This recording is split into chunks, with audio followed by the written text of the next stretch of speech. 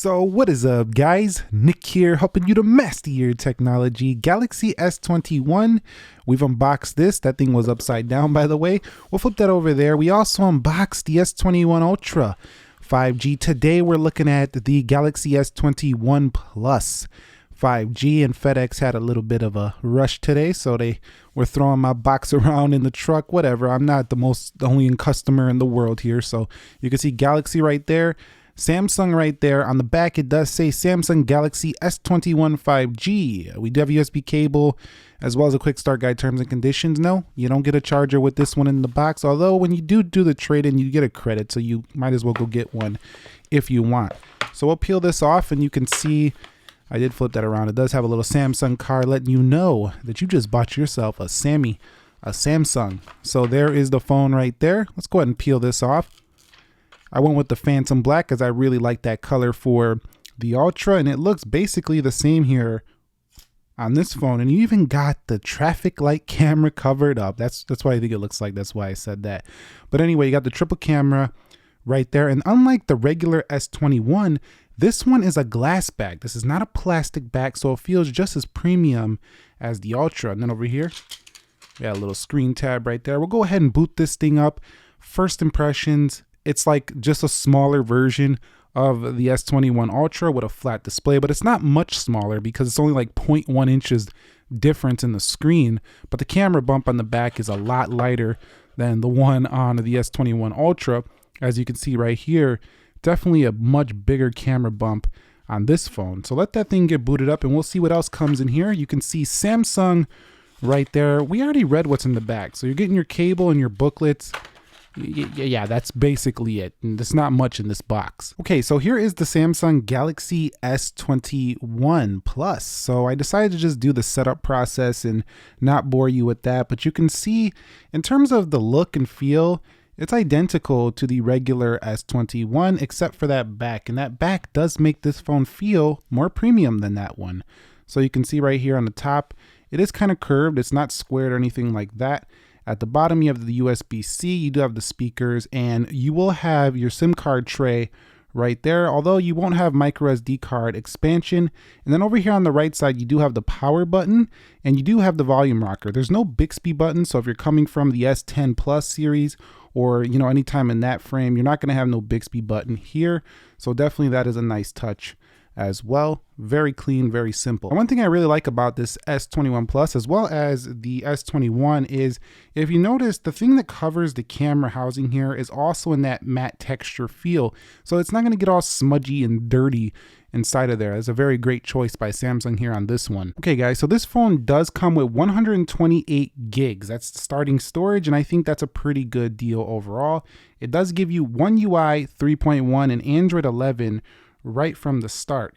Now, the first thing I'm feeling on my first impressions are it's definitely more weighty. So the choice to go with all glass, while I do like it more than the plastic build of the back of the S21, it definitely feels a little bit heavier, which it is. So this thing weighs 200 grams, although it's definitely not as large feeling as the Galaxy S21 Ultra. So if you don't want a heavier phone, but you still want a big device, you might prefer the Galaxy S21 Plus over the Ultra just for being big, but also a little bit lighter than this phone and even lighter than the 12 Pro Max. All right guys, so when it comes to this display, you are rocking out with 394 pixels per inch on here, but look at that, almost an all screen there. We do have a little bit of a punch hole, very minimal chin, very thin bezels here. This thing has got a ridiculous screen to body ratio of 88.3 and it's flat, so putting screen protectors on this thing is going to be extremely easy for this phone. Now, if we go into the display settings here for this device and we go and show you, it's a super smooth 120 Hertz adjustment on this panel. So it's going to look smoother than a lot of other phones. If you want better battery life, you can switch to the 60, but it gets good battery life even with that on. Now you do have a vivid or a natural mode. A lot of people like vivid because it just makes the screen just pop out really good. And over here you have an eye comfort shield. Unlike blue light filter where you kind of got to adjust it yourself, this one will adapt automatically to the lighting conditions, the time of the day, stuff like that, and make sure that the screen stays comfortable on the eyes.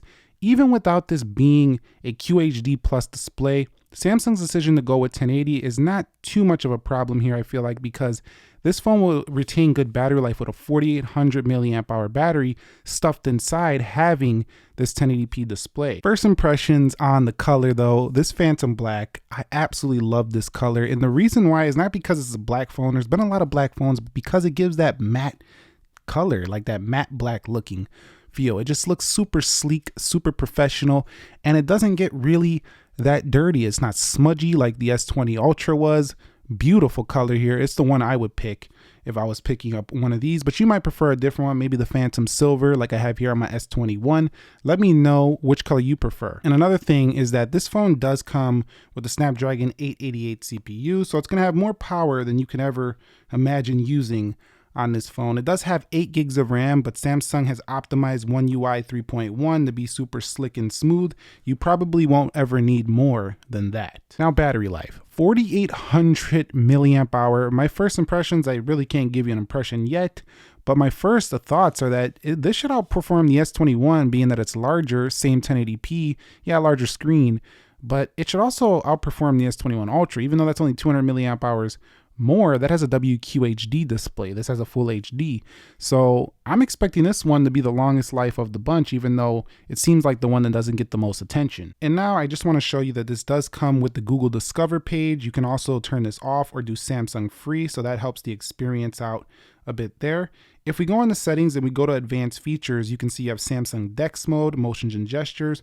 What are you missing? Well, you don't get an S Pen support with this one. I feel like Samsung should just make that standard, a standard accessory that it just works with all of their Samsung phones, especially these S phones at the price they cost, especially since they're putting it on the S21 Ultra. But definitely they have to separate them somewhere, and that's somewhere that it gets separated. I'm liking the feel of this phone. If you like big phones but you don't want to go too far, I think this one feels a little bit more comfortable than the S21 Ultra. And now I want to showcase the wallpapers on here for this Samsung Galaxy S21 Plus. And you can see it's basically the same as what we've seen for the Galaxy S21 and S21 Ultra. So nothing really different here about the wallpapers, but they are some beautiful looking wallpapers on this phone. And I have the buttons now because that's the way it comes out of the box. I'll change it to gestures later. Don't worry about it. Now, when it comes to the cameras, it does look like Samsung hooked you up here again. A 64 megapixel telephoto, a 12 megapixel ultra wide, and then you have a 12 megapixel standard wide. Pretty good. Then on the front, you do have yourself a 10 megapixel camera that can do dual pixel autofocus, so that's pretty amazing. You can autofocus on the front, and you can do up to 4K 60, and the rear can do 8K recording. So let's go ahead and open that camera up, and it looks like it's going to be just like the one for both the other phones without the extra added camera from the Galaxy S21 Ultra. But you do have the director's view, night modes, pro video, pro photos, and I'm guessing it's the same exact camera as the smaller Galaxy S21, which is not a problem whatsoever in my eyes, as that camera was also amazing. You could see this thing can zoom up to 30x. And then if we go over here to video, I can go ahead and tweak this all the way to 8K at 24. And I would like to see, 8K at 30 maybe in the future, because 24 is maybe not the video format everyone's using. But right now, 8K is still way out of the usage of most people, so it doesn't have to be upgraded anytime soon, but that's one area they could upgrade. 0.5x, pretty good on the ultra wide right there. And then if I go ahead and flip this around, you can see I will have a 10 megapixel front facing camera here. So it'll also ask you, do you want to put your selfies in natural or bright mode? I kind of like them in natural, so I'll leave it there. You can also punch in on your selfies and back it out. Beautiful overall cameras. This is, after all, a $1,000 phone, but right now you can pick this up for around $849 on Amazon. That's a pretty big savings right now, so I'll leave that link down below if you want to check it out. If you want to pick this phone up, go check it out down there. But man, I gotta say, the cameras on here are gonna be just absolutely phenomenal, just like the other two. And before we head up out of here, I do want to compare this side by side with a few phones. We already showed it next to the S21 Ultra, but let's do that again, just to kind of show you the height difference. The S21 Ultra just feels thicker, heavier, bigger. If you like big phones, but you don't like them ultra huge, you'll definitely prefer the S21 Plus over this S21 Ultra. Let's compare it next to the iPhone 12 Pro Max. Now, these are about the same size in terms of the height. Even in the width, these are closer, I think, than the S21 Ultra is to the 12 Pro Max, but the 12 Pro Max with them squared edges doesn't feel quite as comfortable as this Plus model. but you can say it's a really premium look. Now, we do have the Galaxy S21, which is not substantially smaller, but it is a little bit smaller. And if you just don't like large phones, but you like a sweet spot size, you might prefer the S21 over the Plus. But based on my first impression, this one's pretty easy to understand. You're getting a bigger version and a slightly more premium version of the regular S21. If you don't want to go all out on the Ultra, that's where this phone steps in. Again, it's going to be a really good battery life, really good cameras, really premium look and feel, and you'll get it for significantly cheaper than the Galaxy S21 Ultra. So let me know your thoughts on this. Thumbs up down below. Subscribe if you haven't already. Did you pick up an S21 Plus? Are you going to? Are you going with the Ultra, the smaller model? Let us know in the comments down below. And let me know what you want to see on this one going forward. I will take your feedback into account. Have a great day. Nick here, and peace.